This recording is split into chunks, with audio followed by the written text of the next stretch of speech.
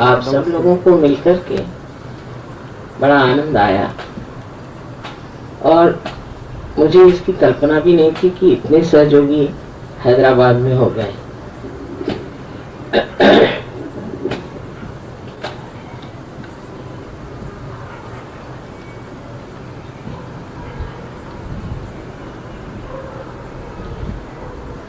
एक विशेषता हैदराबाद की है कि यहाँ सब तरह के लोग आपस में मिल गए हैं। जैसे कि हमारे नागपुर में भी मैंने देखा है कि हिंदुस्तान के सब और के लोग नागपुर में बसे हुए हैं और इसलिए वहाँ पर लोगों में जो संस्कार है उसमें बड़ा खुलापन है और एक दूसरे की ओर देखने की दृष्टि भी बहुत खुली हुई है।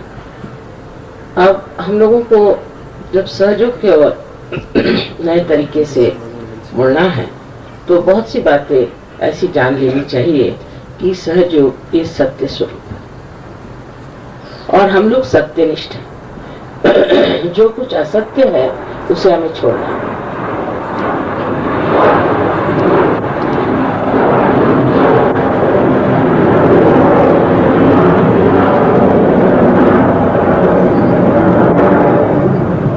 कभी कभी असत्य का छोड़ना बड़ा कठिन हो जाता है क्योंकि बहुत दिन तक हम किसी असत्य के साथ जीते रहते हैं।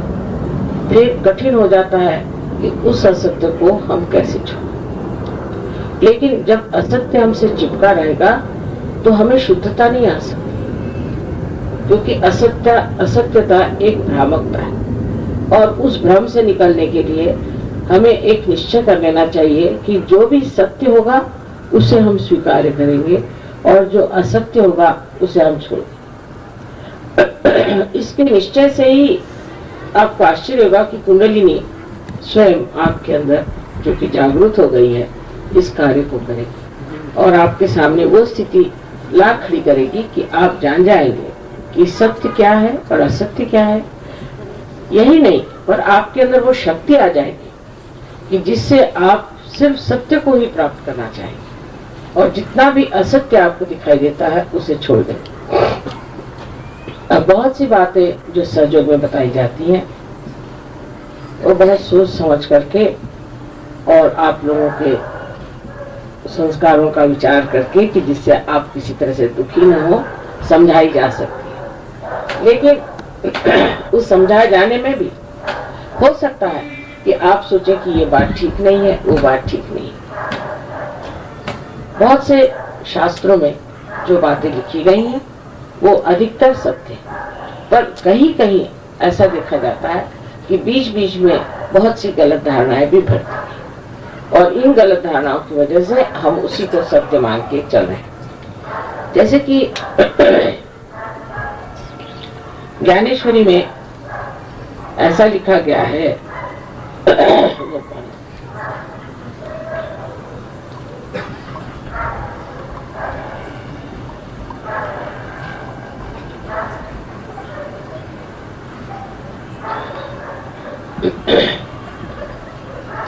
कि जब कुंडलिनी का जागरण होता है तो आप हवा में उड़ने लग जाते हैं और आप पानी पे चलने लग जाते हैं और आपको बहुत सात समुद्र के दूर की बातें दिखाई देती हैं।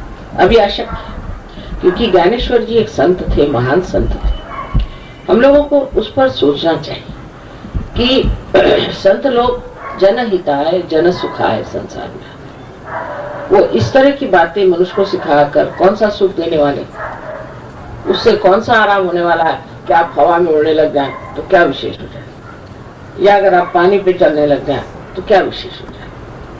लेकिन जिस चीज से हमको असल में लाभ होता है वो है हमारे अंदर का परिवर्तन और हमारा परमात्मा से संबंध होना। और उसी ज्ञानेश्वरी में लिखा गया है कि पसायदान यानी ये कि वो कहते हैं कि अब विश्व के जो आत्मा है, विश्वात्मक जो है, उन्होंने खुश होना चाहिए क्योंकि मैंने वाणी का यज्ञ किया है और अब आप ऐसा पसायदान दे, ऐसा चैतन्य दे जिससे सारे संसार में परिवर्तन आ जाए।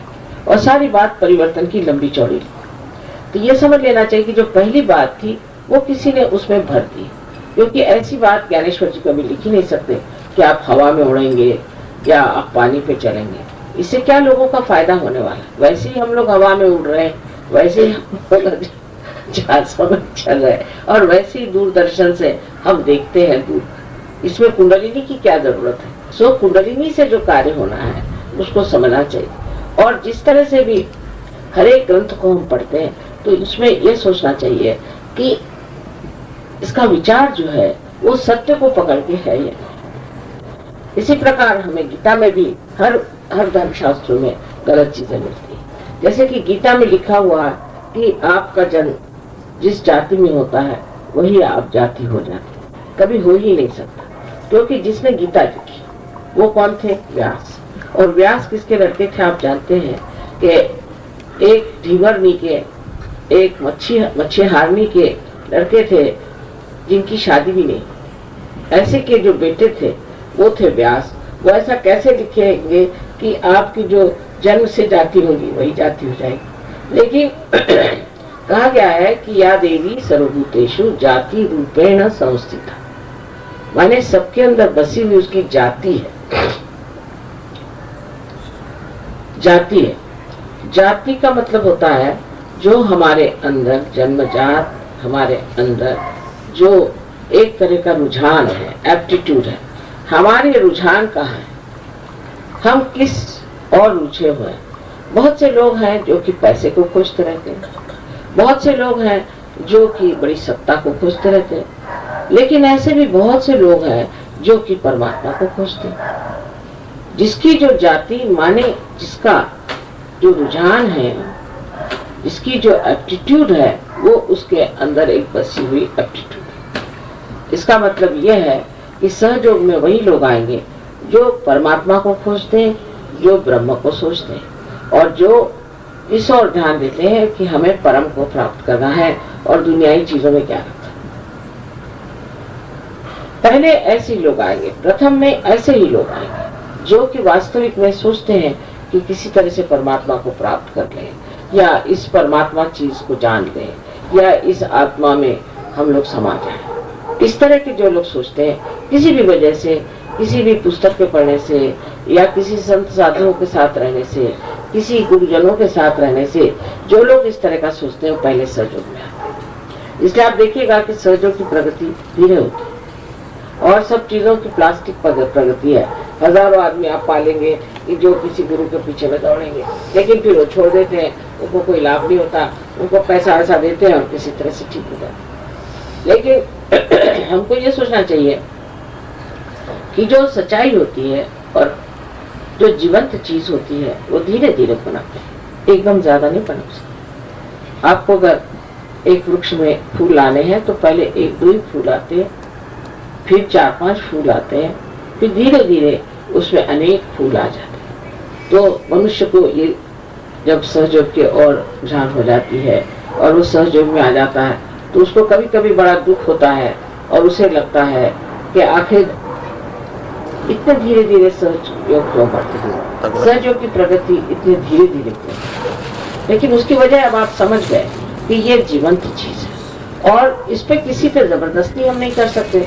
हम किसी को कहें कि आप पार हो गए तो नहीं हो सकता, ये होना पड़ता है। जब तक ये होना नहीं होगा, जब तक ये बात घटित नहीं होगी, तब तक हम नहीं कह सकते कि ये हो गया। जैसे कि एक हमारे साथ देवी जी थी, वो गई अमेरिका, उनका लड़का आया होनोलुलु से, तो मुझे कहने लगे कि माँ इनको आप पार कराओ। तो मैंने कहा ये होते नहीं, मैं क्या करूँ, तुम करा दो पार। कहने जब आपसे नहीं होते तो मैं कैसे करूँ। तो फिर मैंने कहा क्या उसको झूठा सर्टिफिकेट दे दें कि तू पार हो गया, कहने उससे क्या फायदा होने वाला है। मैंने कहा यही बात। इसलिए ये घटित होना पड़ता है और ये सत्य स्वरूप प्राप्त होना चाहिए। अगर ये नहीं हुआ और कोई झूठ मूठ में कहने लगे कि नहीं मुझे पार हो गया, को तो होगा, और हर आदमी ही पार होगा, ऐसा भी आप नहीं कह सकते। बहुत से लोग नहीं होते, अनेक कारणों की वजह से नहीं हो सकते। किसी को कभी ये लगता है कि ऐसे कैसे हो सकता है। ज्यादातर लोगों में तो ये विचार आता है कि जब कभी हुआ नहीं, उसके लिए इतनी तपस्या करनी पड़ती थी, हिमालय जाना पड़ता था, ये करना पड़ता था, तो अब हमें कैसे। असल में अगर किसी से कहा जाए कि यहाँ एक हीरा रखा है और आपको मुफ्त में मिल जाएगा तो सब दौड़ाएंगे, उसको नहीं छोड़ेंगे। लेकिन अगर कहा जाए कि सहज में ही, सस्ते में ही, बगैर कुछ पैसे दिए हुए आपके कुंडली जागृत हो जाएगी तो लोग विश्वास नहीं करते, क्योंकि अपने पर विश्वास नहीं, आत्मविश्वास नहीं, और वो समझ नहीं सकते कि ये समा कौन सी है, ये कौन सा विशेष समा है कि जिसमें ये चीज घटित हो सके। तो हमारे लिए क्या सोचना चाहिए कि हम लोग जो है आज एक विशेष स्थिति में, हम लोगों ने कुंडलिनी का अभ्यास नहीं किया हो, उसके बारे में पढ़ा न हो, लिखा न हो, पर हमारी जागृति हो गई। और जब जागृति हो गई है और हमें आत्म साक्षात्कार प्राप्त हो गया है, तो ये सोच लेना चाहिए कि अब सब कार्य जो है वो हम नहीं करने वाले। ये चारों तरफ फैला हुआ जो परम चैतन्य है, जिस परम चैतन्य ने सारी सृष्टि की रचना की है, आज उसी परम चैतन्य से हम एकाकारिता प्राप्त कर चुके हैं। और उस परम चैतन्य का ही ये कार्य है कि वो हमारे सारे कार्य करे। सो हम कुछ भी नहीं कर रहे, हम तो अकर्म में खड़े हैं। जैसे कि आज इसका कनेक्शन है आपका मेन से लग गया, तो मैं इसमें बोल रही हूँ तो सुनाई दे रहा है, इसका उपयोग हो रहा है। उसी प्रकार जब हमारा संबंध उस चारों तरफ फैली हुई परमात्मा की प्रेम की सृष्टि परम चैतन्य से हो जाता है, उस वक्त हमें कोई भी फिक्र करने की या कोई भी तरह की चिंता करने की जरूरत नहीं, सारी चिंता वही करती है। उस पर भी मनुष्य जब शुरू में सहयोग में आता है तो वो सोचता है कि चलो ये भी करके देख लें, चलो वो भी करके देख लें, बहुत तर्क वितर्क करता है और सोचता है कि चलो इससे काम बन जाएगा, ऐसे करना चाहिए, और उसी चिंता में रहता है। लेकिन धीरे धीरे वो समझ लेता है कि मेरा करने से कुछ नहीं होता, क्योंकि अगर आप ऐसा सोचें कि मैं करके देख लेता हूँ तो परमात्मा कहते हैं अच्छा कर लो, तुमको जो कुछ करना है कर। तो उसको कहते हैं अल्पधारिष्ठ। अल्पधारिष्ठ जो है उसको वो देखता है कि आप में इतना अल्पधारिष्ठ है, चलो इसको कर देंगे। पर उसके बाद जब धीरे धीरे आप में ये पूर्ण विश्वास आ जाता है कि परम चैतन्य सब कार्य कर रहे हैं, तब अपने आप परम चैतन्य स्वयं सारे कार्य को करके दिखा देते हैं और सब कार्य बनते जाते हैं। उसको स्वीकार करना चाहिए, किसी भी चीज को ऐसा नहीं करना चाहिए कि ऐसे क्यों। अब जैसे बताएं कि कभी अगर हमारा रास्ता भूल गया और हम रास्ते से किसी और रास्ते से जा रहे हैं, तो यही सोचते हैं कि किस रास्ते से जाना जरूरी था, इसीलिए रास्ता भूल गया और इसीलिए हम इस रास्ते पर आ गए। फिर कोई सोचता है कि इस तरह से क्यों हुआ, ऐसा नहीं होना चाहिए। कभी कभी बहुत सारी बातें हमारी समझ में नहीं आती है, बहुत दिनों बाद समझ में आ जाती है कि ये होना जरूरी था और इसलिए ये चीज घटित हो गई। तब हम लोग एक तरह से उसमें शांति कर लेते हैं, इत्मीनान कर लेते हैं और यही जान लेते हैं कि जो कुछ भी होना था वो कितने बढ़िया तरीके से।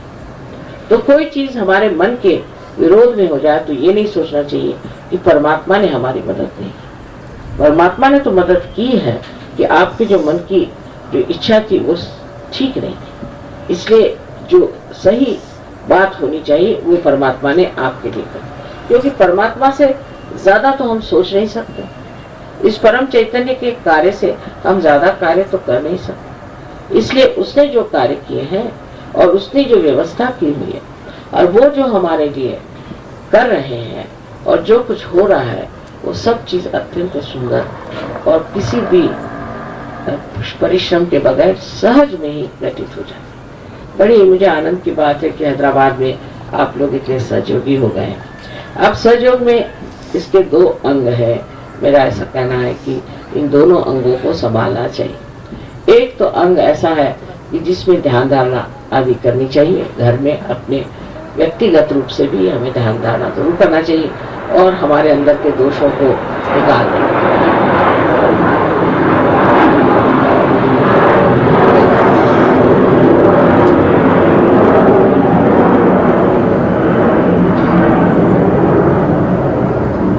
ध्यान धारणा की जो हम लोगों की प्रणाली है बहुत ही सरल सहज है। एक सवेरे 10 मिनट, शाम को 10-15 मिनट बैठने से भी ध्यानदार होता है। पर पहले अपने अंदर कौन सा दोष है उसे देख लेना चाहिए। बहुत बार लोग ये नहीं समझते कि हमारे कोई राइट साइडेड है, कोई लेफ्ट साइडेड है, तो वो उल्टे इलाज करने शुरू हो जाते हैं। इसलिए पहले जान लेना चाहिए कि हमारी कौन सी दशा है, हमारा कौन सा चक्र पकड़ रहा है, हम कहाँ हैं, ये सब आप लोग जान सकते हैं। आप जब फोटो की ओर ध्यान करेंगे तो आप जान लेंगे कि आपके इस चक्र में दोष है कि उस चक्र में दोष है, और उसको पूरी तरह से समझ करके पूर्ण उसके ज्ञान के साथ में उसको आपको सुलझा लेना चाहिए। उसको सुलझाने के बाद में ये व्यक्तिगत हो गया, फिर आपको सामूहिकता में उतरना चाहिए, और सामूहिकता में उतरते वक्त आपको जान लेना चाहिए कि अपना हमें दिल खोल लेना चाहिए। जिस आदमी का दिल खुला नहीं है वो सामूहिकता में उतर नहीं सकता। बहुत से लोग संकुचित प्रवृत्ति के हो गए हैं, कारण उन्होंने वो जाना नहीं कि दुनिया कितनी अच्छी है और कितने हम इसे अच्छे बना सकते। जिसने अच्छी व्यवस्था देखी ही नहीं, जिसने अच्छा सुंदर सा संसार देखा ही नहीं, उनको विश्वास ही नहीं होता कि ऐसा संसार हो भी सकता है। इसलिए वो अपने संकुचित हृदय से रहते हैं। और दूसरी बात उसमें ऐसी होती है कि जब हम औरों के ओर नजर करते हैं तो पहले हमें उनके दोष दिखाई देते हैं। जब हम दूसरों के दोष देखने लगते हैं तो हमारे अंदर ज्यादा दोष आ जाते हैं। लेकिन हम उनके गुण देखें, उनकी अच्छाई देखें और उनकी सुंदरता को देखें तो हमारे अंदर भी वो सुंदरता आ जाएगी, और उस आदमी के जो दोष होते हैं वो भी लोप हो जाएंगे। जब दूसरा कोई है ही नहीं, जब वो हमारे ही शरीर का एक अंग मात्र है, तो फिर उसमें दोष देखने से क्या फायदा। दोष को हटाना ही चाहिए, और दोष को हटाने का सबसे अच्छा तरीका है कि उसको किसी तरह से सुलझाकर प्रेम भाव से ही उसको हटाया जाता है, क्योंकि अपना सारा कार्य जो है वो प्रेम की शक्ति का है, और प्रेम ही सत्य है और सत्य ही प्रेम है। जो प्रेम की शक्ति को इस्तेमाल करेगा वो बहुत ऊंचे उठ जाता है। हृदय को खोल करके प्रेम से आपको दूसरों की ओर देखना है। इस तरह से एक तो ये आपका अंग है जिसमें आप अपनी व्यक्तिगत दृष्टि में प्रगति करते हैं, और एक आप समष्टि में प्रगति करते हैं जो दूसरों के साथ मेल जोल प्यार हो जाए। जिसका मेल जोल दूसरों के साथ नहीं बैठता है तो उसको सोच लेना चाहिए कि वो सहज नहीं। जिसका जो प्रश्न खड़े कर देता है, जिससे लोगों को तकलीफ हो जाए, जिससे आपस में प्रेम न बढ़े, बैर बढ़ जाए, आपस में झगड़ा हो जाए, ऐसा आदमी सहज नहीं है। और ऐसे आदमी से बच कर रहना चाहिए, क्योंकि ऐसा आदमी एक भी आम खराब हो जाए तो सारे आम वो खराब कर सकता है। तो वो आदमी इधर से उधर लगाएगा, इधर से उधर बात करेगा, इसके खिलाफ बोलेगा, उसके खिलाफ बोलेगा। इसलिए किसी भी सहयोगी की निंदा सुनना हमारे सहज में एक पाप सा है, क्योंकि उसको सुनने से हमारे कान खराब हो जाते हैं, और उससे हम उस आदमी के प्रति एक तरह से गलत तरीके से कहना चाहिए कि उसके प्रति हमारा जो विचार होता है वो ठीक नहीं रहता। आपको जब दूसरों से व्यवहार करना है तो देखना चाहिए कि हमारे अंदर कितना औदार्य है, हम कितनी क्षमा कर सकते हैं, हम कितने प्यार से उनसे बोल सकते हैं, उनको हम कितने नजदीक ले सकते हैं, क्योंकि ये सब हमारे असली रिश्तेदार हैं। बाकी की रिश्तेदारी तो आप जानते ही जैसी होती है, लेकिन जो असली रिश्तेदारी है वो सहजयों की है। और आपको जब पता होना चाहिए कि 40 देशों में आपके भाई बहन बैठे हुए हैं, और जब कभी आप उनसे सब मिलेंगे तो आपकी तबीयत खुश होगी। दूसरी जो स्थिति है उसमें है सहयोग का ज्ञान होना और सहयोग का प्रचार। ये भी अत्यावश्यक है, विशेषतः औरतों के लिए, स्त्रियों के लिए, क्योंकि स्त्री जो है वो शक्ति स्वरूपिणी है। उसको समझ लेना चाहिए कि कौन सा चक्र पकड़ता है तो कौन सी उंगली पकड़ती है, कौन से पैर में उंगली पकड़ती है, उसको कैसे निवारण करना चाहिए, उसके क्या दोष हैं, उसे क्या बीमारियां हो सकती हैं, किस तरह से हम लोगों को ठीक कर सकते हैं, कौन से दोषों से हम जान सकते हैं कि कौन से चक्र पकड़े हुए हैं, उसका निवारण कैसे करना चाहिए, आदि जो कुछ भी ज्ञान है, कुंडलिनी के बारे में ज्ञान क्या है, आदि सब बैठ करके मनन करके सोच करके और आपको जान लेना चाहिए। लेकिन अधिकतर लोग सहयोग में आने के बाद उसके ज्ञान की ओर ध्यान नहीं देते, उनको ज्ञान नहीं रहता है और सहयोग करते रहते हैं। तो उसका ज्ञान होना अत्यावश्यक है, क्योंकि ऐसे तो दुनिया में बहुत से लोग आए जो कि हम देखते हैं कि पार हैं, बच्चे हैं बहुत सारे, वो भी ऐसे पैदा होते हैं जो कि सहजी हैं, लेकिन उनको सहज का ज्ञान नहीं। तो माँ लोगों को चाहिए कि वो जाने सहज क्या चीज़ है, उससे वो अपने बच्चों को भी समझ जाएंगे और ये भी समझ जाएंगे कि कोई बच्चा जो कि सहज में पैदा हुआ है वो क्यों ऐसा करता है, उसकी क्या बात है। उस समझने के लिए इसका ज्ञान होना आपको बहुत अत्यावश्यक है। जिन लोगों को इसका ज्ञान नहीं होता है वो लोग समझ नहीं पाते कि क्या बात कर रहे हैं, ये क्या कर रहे हैं, औरों पे इसका असर नहीं आता। इसका इसलिए बुद्धि से ज्ञान होना बहुत जरूरी। और जो चौथी चीज बहुत जरूरी है, सहयोग का प्रचार। अगर आप एक कमरे में बैठे हैं और एक दरवाजा खुला है जहाँ से आपको हवा मिल रही है, लेकिन अगर दूसरा दरवाजा आपने खोला नहीं तो हवा का सर्कुलेशन रुक जाए, हवा जो का प्रवाह है वो रुक जाए। इसी तरह से हम लोग जब दूसरों को सहयोग से प्लावित करते हैं, उनकी मदद करते हैं, उनको रियलाइजेशन देते हैं, उसका प्रचार करते हैं, उसके बारे में बोलते हैं, अपने रिश्तेदारों को बताते हैं, उनको घर पे बुला कर चाय पिला करके सहयोग देते हैं, तब जब तक आप प्रचार नहीं करेंगे तब तक आपकी प्रगति नहीं हो सकती। क्योंकि आप जानते हैं कि जब पेड़ बढ़ता है उसकी शाखाएं बढ़नी चाहिए और उस शाखाओं के नीचे उसकी छाया में अनेक लोगों को बैठना चाहिए। नहीं तो ऐसे अनेक पेड़ हैं पर हम लोग तो वटवृक्ष के जैसे हैं, और इसलिए हमें चाहिए कि हम इसके प्रचार में पूरी तरह से सहायता करें। उसके लिए जो जो जरूरतें होंगी वो हमें करनी चाहिए, उसकी ओर हमें मुड़ना चाहिए, उसके प्रति हमें पूरी तरह